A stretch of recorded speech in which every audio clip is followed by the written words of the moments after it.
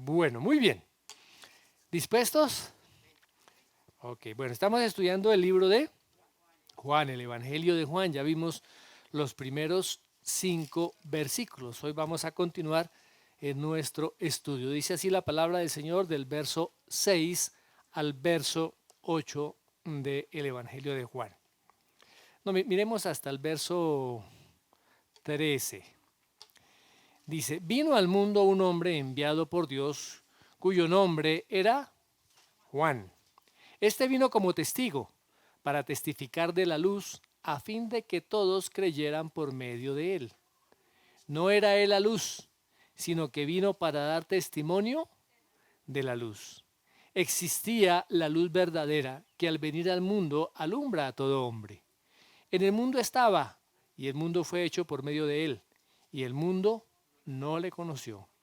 A lo suyo vino, y los suyos no le recibieron. Pero a todos los que le recibieron les dio el derecho de llegar a ser hijos de Dios, es decir, a los que creen en su nombre.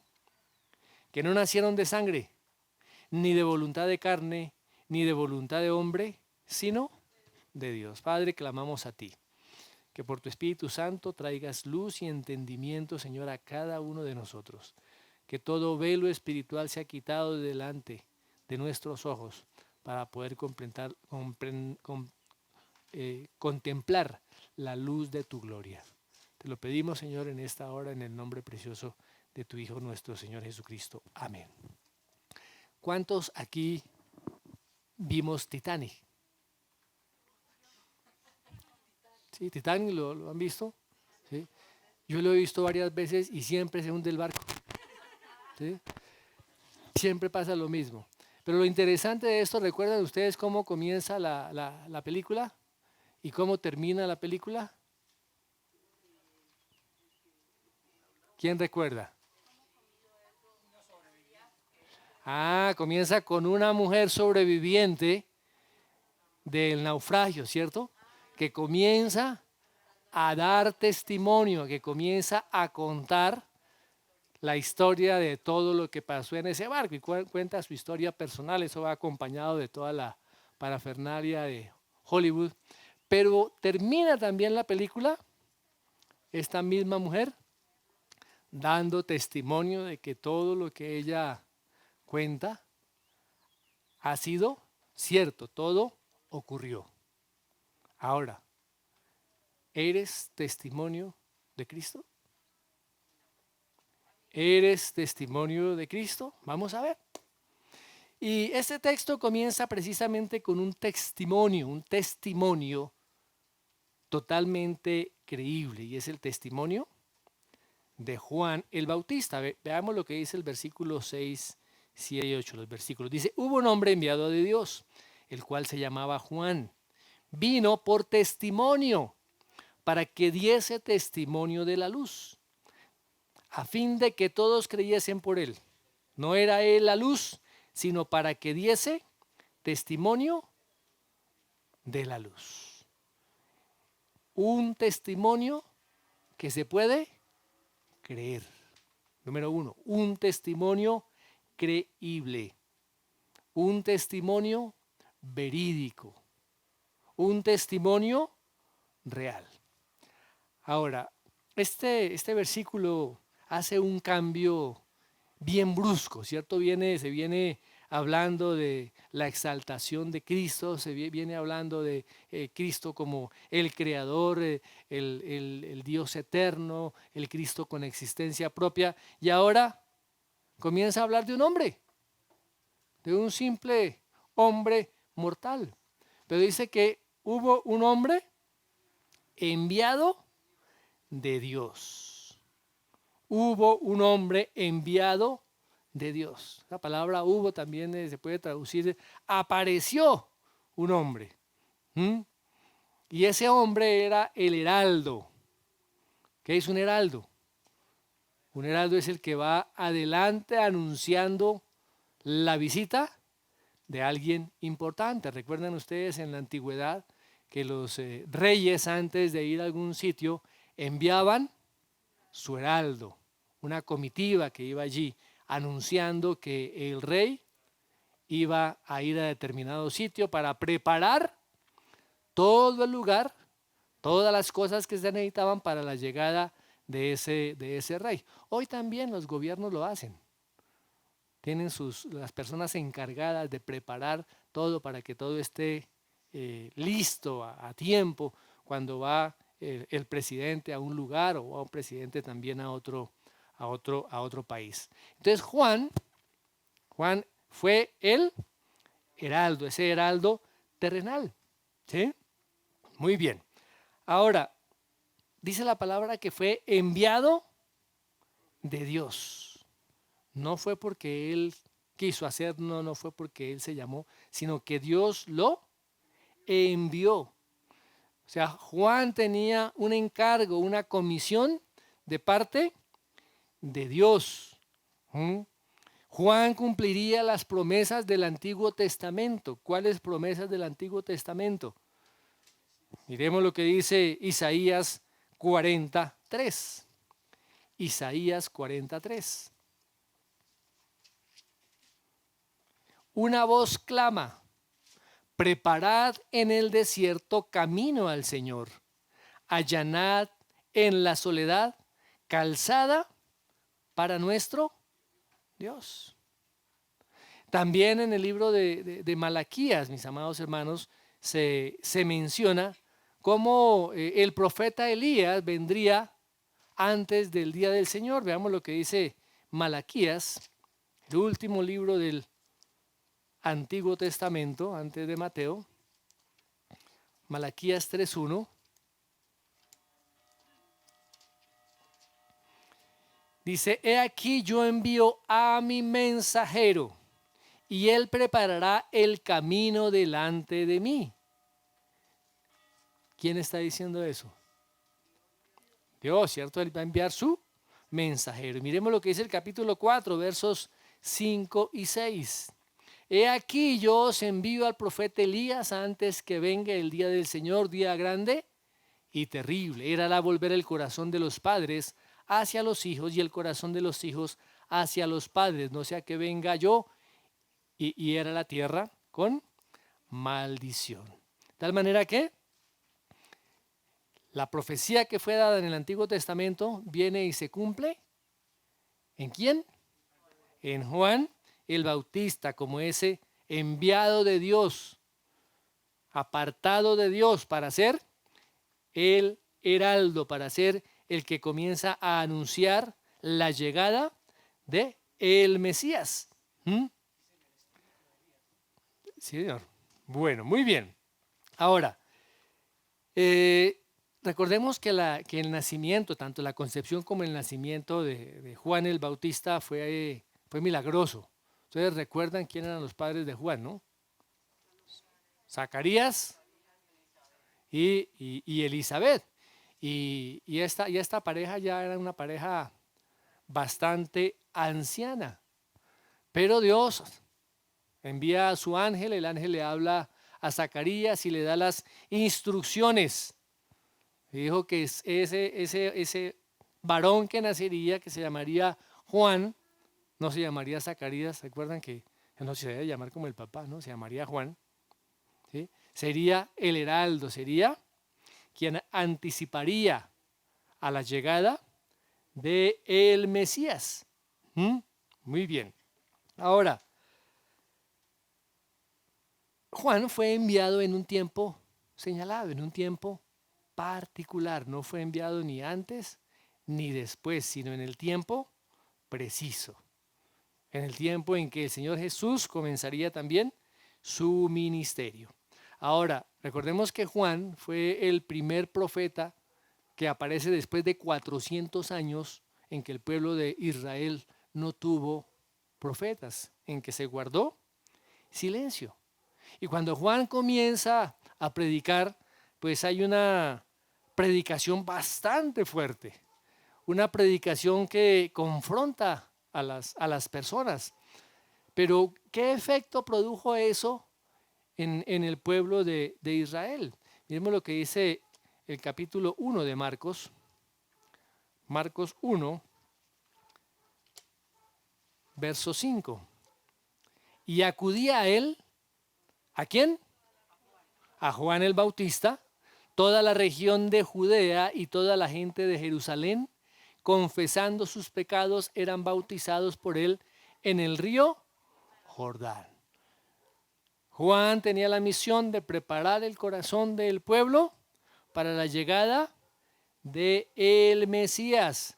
Por eso Juan tenía que confrontar el pecado con decisión, con arrojo, ¿sí? Llamaba a las personas al arrepentimiento. Juan estaba dando testimonio de aquel que vendría.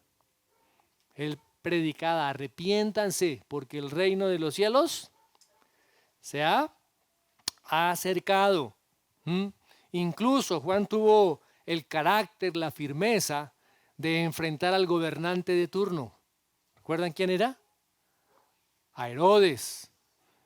¿Y qué le decía a Herodes? Le decía: ojo, no es lícito que tú tengas a la mujer de tu hermano Felipe. Le estaba señalando su propio pecado. Ahora, hasta el mismo rey reconoció que Juan era un profeta, pero finalmente lo terminó encarcelando y matándolo, ¿cierto? Lo decapitó. Muy bien. Ahora, la misión de Juan era preparar la llegada para el Mesías. Miremos lo que dice el versículo 7 y 8 del capítulo 1 de Marcos. Y predicaba diciendo: tras mí viene uno que es más poderoso que yo, a quien yo no soy digno de desatar, inclinándome la correa de sus sandalias. Yo os bauticé con agua, pero él os bautizará con el Espíritu Santo. Ahora, mis amados, los dirigentes religiosos de esa época, así como Herodes también, estaban intrigados por saber quién era Juan, ¿sí? Y le mandaron una comitiva de los fariseos a preguntarle a Juan que quién era él. Miremos lo que dice en Mateo 3, capítulo 3, el verso 11. Dice: yo a la verdad os bautizo con agua para arrepentimiento, pero el que viene detrás de mí es más poderoso que yo, a quien no soy digno de quitarles las sandalias. Él os bautizará con el Espíritu Santo y fuego. Y el bieldo está en su mano y limpiará completamente su era y recogerá su trigo en el granero, pero quemará la paja en fuego inextinguible. Los líderes religiosos, mis amados, estaban confundidos, diciendo: bueno, ¿y este realmente entonces quién es? Vayamos nuevamente a Juan, en el capítulo 1. Mire, verso 19. Dice: este es el testimonio de Juan cuando los judíos enviaron sacerdotes y levitas a Jerusalén a preguntarle, ¿quién eres tú? Y él confesó y no negó, confesó: yo no soy el Cristo. Y le preguntaron entonces: ¿qué? ¿Eres Elías? Y él dijo: no soy. ¿Eres el profeta? Y él respondió: no. Entonces le dijeron: ¿quién eres? Para que podamos dar respuesta a los que nos enviaron. ¿Qué dices de ti mismo? Él dijo: yo soy la voz del que clama en el desierto, enderezad el camino del Señor, como dijo el profeta Isaías. Los que habían sido enviados eran de los fariseos. Había una enorme expectativa por lo que estaba ocurriendo, de tal manera que la aparición de Juan produjo allí en Israel una conmoción, un movimiento fuerte. Todo el mundo hablaba de lo que estaba sucediendo, del profeta que había llegado, del profeta que había aparecido. Bueno, muy bien. Ahora, miremos, mis amados hermanos, cómo Juan el Bautista, a Juan el Bautista comenzaron a seguirle, discípulos. Personas comenzaron a seguirle que se convirtieron en discípulos de Juan. Muchos de estos discípulos posteriormente serían también discípulos del Señor Jesucristo.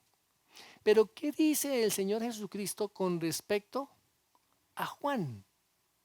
¿Cuál es el testimonio que da Cristo de Juan? Miremos lo que dice Mateo. Mateo capítulo 11, verso 11.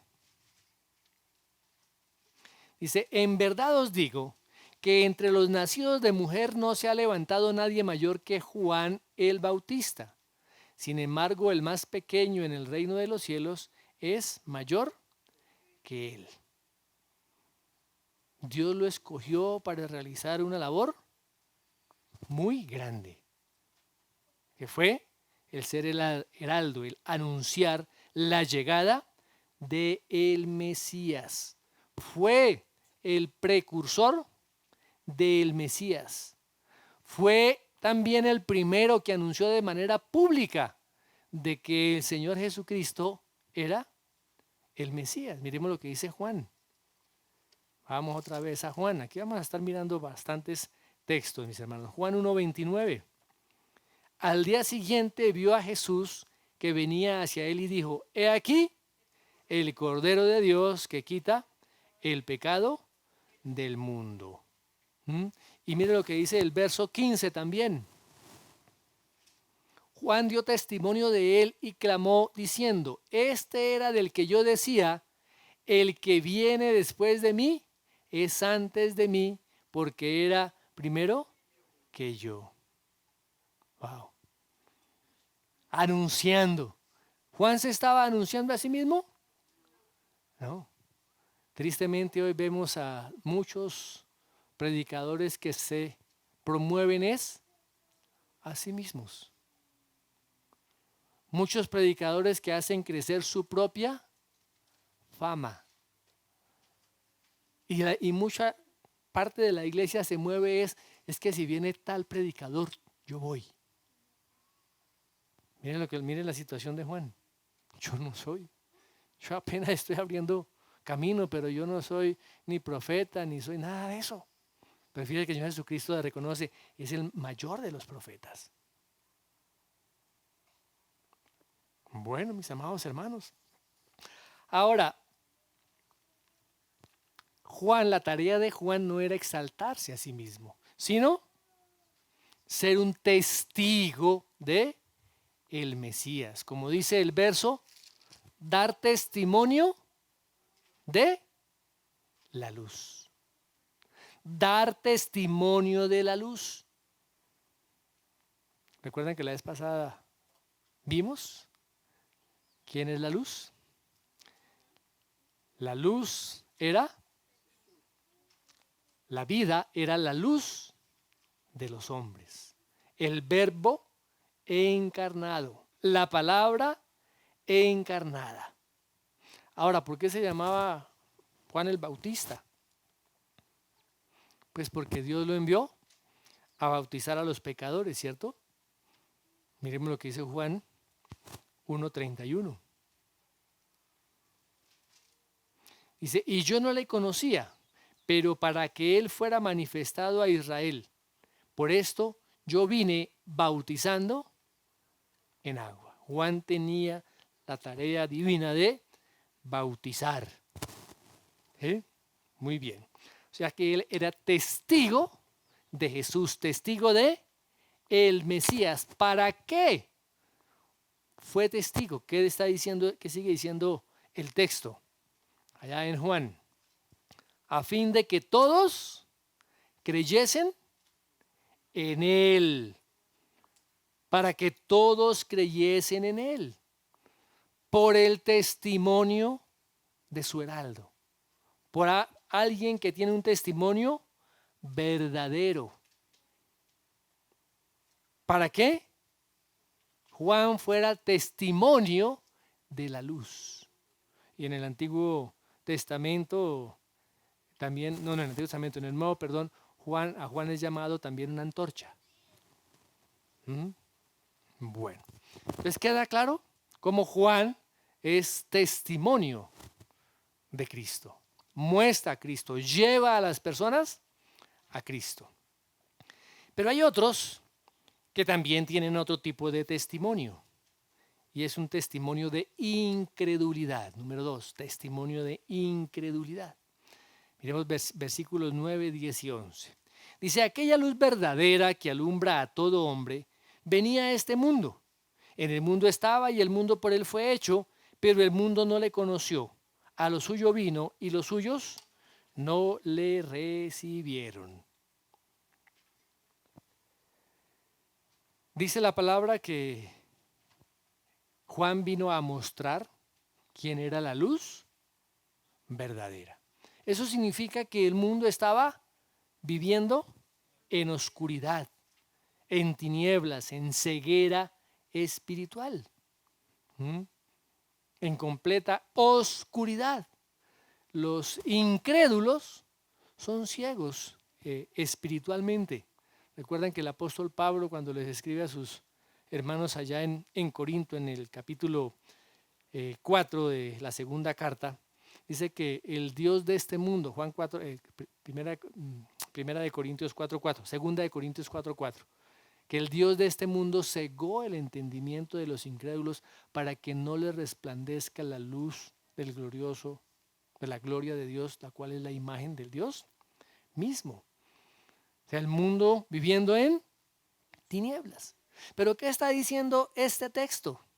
Que Jesús era la luz verdadera que alumbra a todo hombre. Y que esa luz vino al mundo. Vino al mundo. Aquí la palabra verdadera, mis hermanos, es algo que realmente no es que sea solo de nombre, sino que es en esencia. Es la esencia, es la verdad absoluta. Por eso dice la luz verdadera. Ahora, el Señor Jesucristo es el que alumbra a todo hombre. ¿Dice ahí la palabra? Aquella luz que alumbra a todo hombre. Cuando el Señor Jesucristo viene, se hace carne, esa luz alumbra a todo hombre. A todo hombre. La luz, la manifestación de la vida de Dios ahora en medio de los hombres. Miremos lo que dice el apóstol Juan allá, el apóstol Pablo, perdón, Romanos capítulo 1. Dice, porque la ira de Dios se revela desde el cielo contra toda impiedad e injusticia de los hombres, 1:18, que detienen con injusticia la verdad. Porque lo que de Dios se conoce les es manifiesto, pues Dios se lo manifestó. Porque las cosas invisibles de Él, su eterno poder y deidad, se hacen claramente visibles desde la creación del mundo, siendo entendidas por medio de las cosas hechas, de modo que no tienen excusa. Pues habiendo conocido a Dios, no le glorificaron como a Dios ni le dieron gracias, sino que se envanecieron en sus razonamientos y su necio corazón fue entenebrecido. Tiniebla y oscuridad cubriendo a la humanidad. Ahora, todo hombre, cuando habla aquí la palabra todo hombre, pues se refiere a toda la humanidad. Hay algunos autores que dicen que todo hombre también se refiere solamente a los que lo recibieron, a los que lo aceptaron. Pero la interpretación general es que es a todas las personas. Que toda la humanidad es responsable por el conocimiento de Dios. Y así como lo mencionó el apóstol Pablo, a través de las cosas creadas, a través de su propia conciencia, que Dios ha colocado en cada uno de nosotros. Ese conocimiento de Dios es revelado tanto en la creación como en nuestra propia conciencia. Miremos lo que dice Juan capítulo 3, versos 19 y 20. Dice, y esta es la condenación. Se está hablando de salvación, estamos hablando de condenación. El Salvador vino al mundo, fue manifestada la luz en medio de las tinieblas. Y ahora dice, y esta es la condenación, que la luz vino al mundo y los hombres amaron más las tinieblas que la luz porque sus obras eran malas, porque todo aquel que hace lo malo aborrece la luz y no viene a la luz para que sus obras no sean reprendidas. ¿Por qué las personas no vienen a Jesús? Porque aman más su pecado, porque no quieren exponer su propia condición frente a la luz. Aparentemente son buenas personas, pero realmente son ciegos, ciegos voluntarios. Ojo, ciegos voluntarios. Y sigue diciendo el versículo, en el mundo estaba, y el mundo fue hecho por él, y el mundo no le conoció. El creador del mundo se hace hombre, viene a ser ahora el Salvador, pero el mundo lo rechaza. El mundo no le conoció. El mundo prefirió seguir viviendo en tinieblas. De aquí la palabra mundo es la palabra griega cosmos, mis hermanos, que puede tener varios significados. ¿Sí? El primero se refiere pues, al mundo físico, al mundo que nosotros vemos. La segunda acepción era la humanidad en general. Y la tercera es con respecto a todo este sistema de pensamientos gobernado por Satanás. Ahora, aquí se aplica básicamente ese tercer concepto, ¿no? El mundo en tinieblas, el mundo gobernado por Satanás. Por eso dice que el mundo no le conoció. No le conoció. Pero un día todas las naciones y todo el mundo tendrán que reconocer a Jesucristo como su Señor y Salvador. ¿Recuerdan lo que dice Filipenses? Filipenses capítulo 2. Que toda lengua confiese, que toda rodilla se doble, que todos anuncien que Jesucristo es el Señor. Ahora, es una situación trágica, es una situación triste, es una situación terrible que el mundo haya rechazado al Salvador, que haya rechazado a Cristo. Pero aquí también Juan se centra en un punto importante. El pueblo que Dios había escogido, la nación que Dios había apartado para que mostrara la gloria de Dios, esa nación, su propio pueblo, no lo recibió. No lo recibió. Vino a su propia tierra, vino a Israel, vino a Jerusalén particularmente. Estuvo en el templo, pero dice, pero los suyos no le recibieron. Oh Dios. Es tremendo, mis amados hermanos. Cuando los que debíamos ser testimonio de Cristo, no somos testimonio de Cristo, sino somos testimonio de incredulidad. Dios de entre todas las familias apartó a Abraham para hacer de él una nación santa. Y esa nación se apartó de él. De igual manera también como sucedió con el pueblo de Israel en el Antiguo Testamento, cuando el Señor viene, ¿qué hace el pueblo? Endurece nuevamente su cerviz. Lo rechazan, a pesar del testimonio de Juan, a pesar del testimonio de su heraldo. Ahora, También la palabra, y vamos a verlo más adelante, la palabra es testimonio. ¿Mm? La palabra es testimonio. Mis amados, cuando ha venido ese testimonio a nuestras vidas, el testimonio de vidas transformadas, de vidas cambiadas por el poder de Dios, vidas salvas, ¿cómo lo hemos recibido nosotros? Hemos recibido ese testimonio de la luz de Cristo que cambia, que transforma, que salva. Cuando hemos ido a la palabra, hemos recibido esa salvación a través de la obra del Señor Jesucristo. Tenemos que mirar si realmente somos testigos veraces, testigos vivos. Estamos narrando, contando las verdades del Evangelio. O a veces somos testigos mudos. Aquí todos conocemos ese dicho muy boyacense que dice: vaya y quéjese a la pila del mono. ¿Cuántos conocen la pila del mono? ¿No conocen la pila del mono? ¿No conocen? ¿No han ido a Tunja?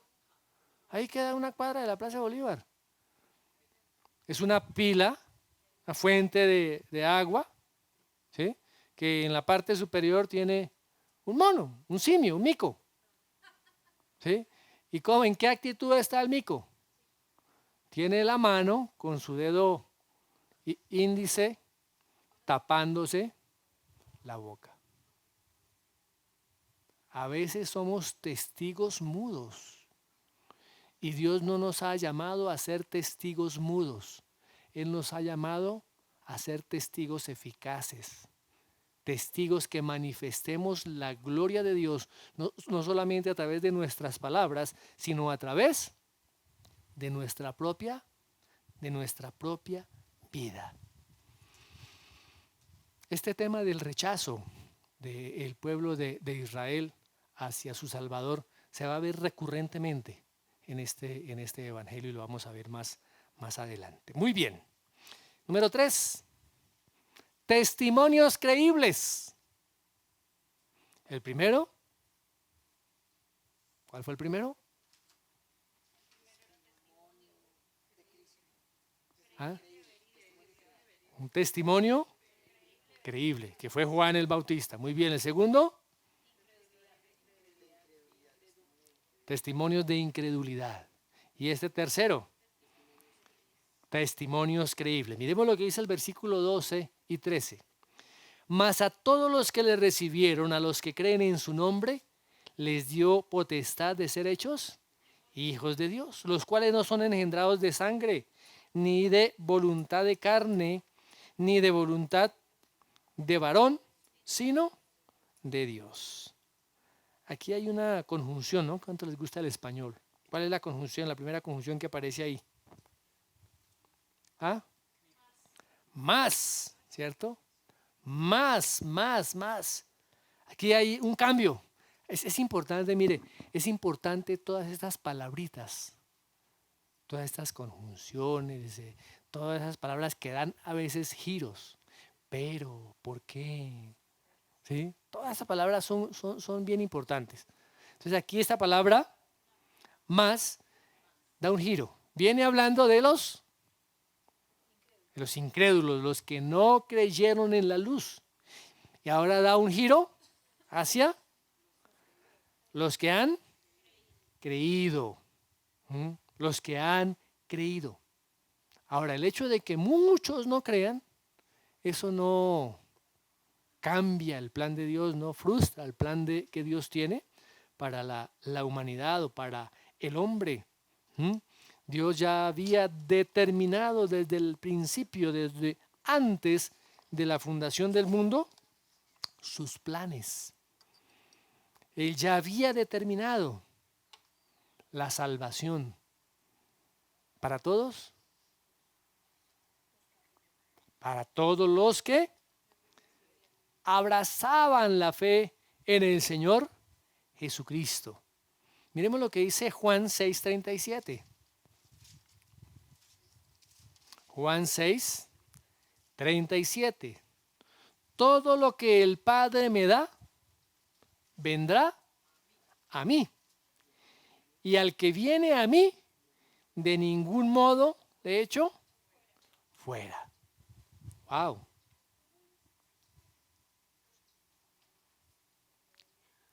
Qué palabra, ¿no?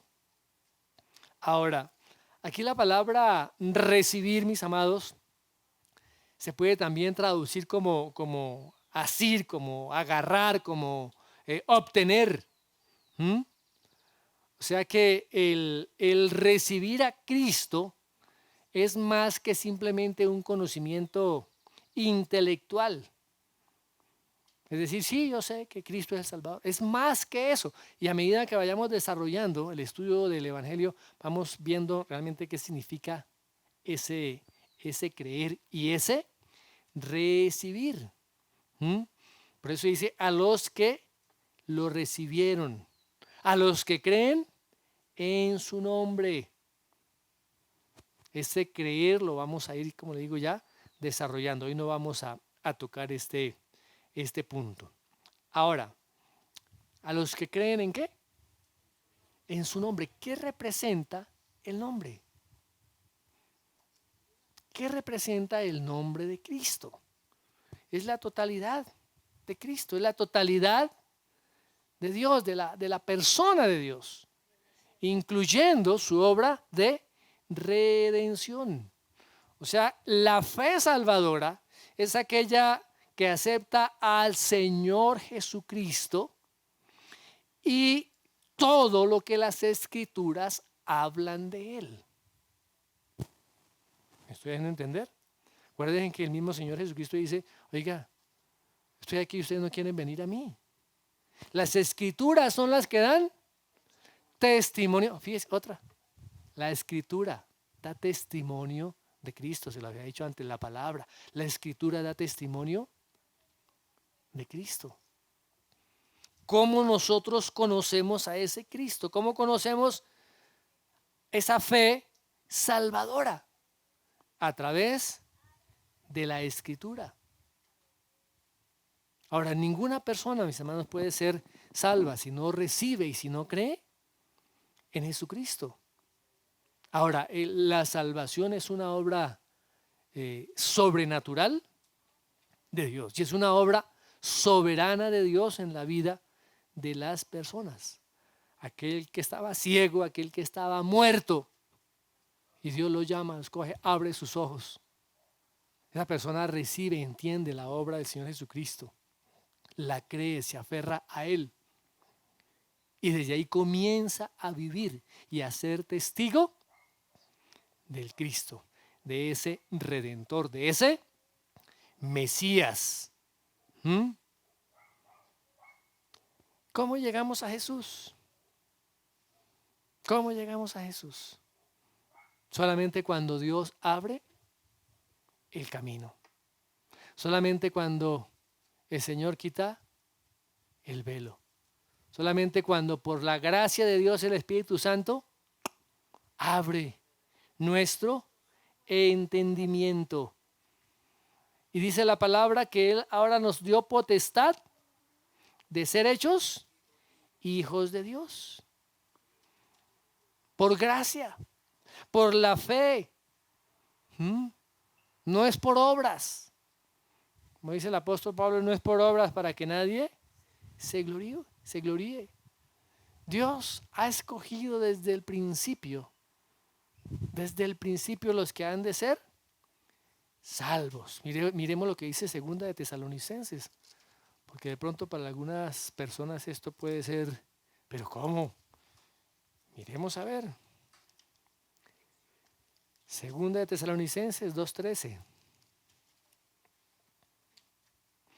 Pero nosotros siempre tenemos que dar gracias a Dios por vosotros, hermanos, amados por el Señor, porque Dios os ha escogido, ¿desde cuándo? Desde el principio para salvación, mediante la santificación por el Espíritu y la fe en la verdad. Mis amados, hemos sido escogidos para salvación. Y al ser escogidos para salvación, nos hemos convertido en testigos fieles, en testigos creíbles del Señor Jesucristo. No podemos ser como la pila del mono, como el mono de la pila. Callar. Al contrario, nuestra vida tiene que proclamar la gloria de Dios en cada uno de nosotros. Nuestros labios tienen que abrirse y proclamar el evangelio de Cristo. ¿Qué sigue diciendo el versículo? Dice que se nos dio el derecho de ser hechos hijos de Dios. Ahora éramos enemigos antes, ahora nos adopta en su propia familia. ¿Por qué? Porque la persona quiere. ¿Cómo son engendrados estos hijos? El versículo lo sigue diciendo. De modo que son engendrados de nuevo, no de sangre, ni de voluntad de carne, ni de voluntad de varón, sino de Dios. Aquí hay tres cosas negativas. ¿No? ¿No de qué? No de sangre. La otra, no es por la voluntad de la carne. Y la otra, no es por la voluntad de el varón. O sea que no es porque somos judíos. No es porque seamos blancos o porque seamos negros o amarillos. ¿Sí? No es por sangre. Dice ahí, no es por sangre. No es porque yo lo quiera. A veces he escuchado, ay, acepte al Señor, se lo ruego. Mire, le hace un favor. Dice que no es por voluntad de carne, mis hermanos. No es por un deseo personal, sino porque Dios ha abierto nuestros ojos. Tampoco es por un sistema que el hombre haya construido, algún método. No, no es por métodos psicológicos ni cosas de esas. No es por la voluntad del hombre, del varón. Es un acto soberano de Dios. Y debemos sentirnos, mis amados, privilegiados. Privilegiados. Porque fue Dios en su soberanía que a cada uno de nosotros nos llamó, nos escogió para ser ahora testigos de Cristo. Gracias a la gracia soberana de Dios sobre nuestras vidas. ¿Qué nos corresponde a nosotros ser? Testigos eficaces. Así como esta mujer que fue testigo de todo lo que le sucedió al Titanic, que cuenta desde el principio, narra con detalles cada hecho y finalmente termina dando testimonio de su propia vida ya como con 90 y pico de años. Que así cada uno de nosotros podamos ser testigos eficaces de Cristo, mostrando a través de nuestra vida, de nuestras acciones, de nuestro caminar diario y con nuestras palabras, predicando el mensaje del Evangelio de Cristo. Muchos rechazarán, pero eso no tiene que ser un obstáculo para que nosotros prediquemos el Evangelio. Mis amados, estamos en los últimos tiempos. En los últimos tiempos. Y se nos hace un llamado de urgencia a ser esos testigos eficaces de Cristo. Que nuestra vida sea un testigo para que las otras personas crean. Que seamos testigos creíbles del Evangelio de Cristo. ¿Estamos o no estamos? Seamos testigos creíbles. Dígale a quien está a su lado. Sé un testigo creíble. Sé un testigo creíble. Señor, te damos gracias por tu palabra. Gracias porque tú nos has dado testimonio de tantas formas del Mesías, del Señor Jesucristo. Gracias por ese mensajero, por Juan. Gracias también por esos que no creyeron. Pero gracias, Señor, por aquellos que creyeron, aquellos que han sido esos testigos creíbles, que por ellos, Señor, es que nosotros hemos recibido la palabra. Gracias, gracias, amado Dios. Señor, y clamamos en esta hora que realmente nuestras vidas sean esos testigos creíbles delante del mundo. Que esa luz que ha venido al mundo y esa luz que ha llenado nuestras vidas, que ha borrado y llevado toda la oscuridad y todas las tinieblas, ahora, Señor, resplandezca, Señor, en nuestros corazones para que podamos ser esos instrumentos en tus manos en la vida de otros. Gracias, Padre. Te damos en el nombre de Jesús. Amén. Amén.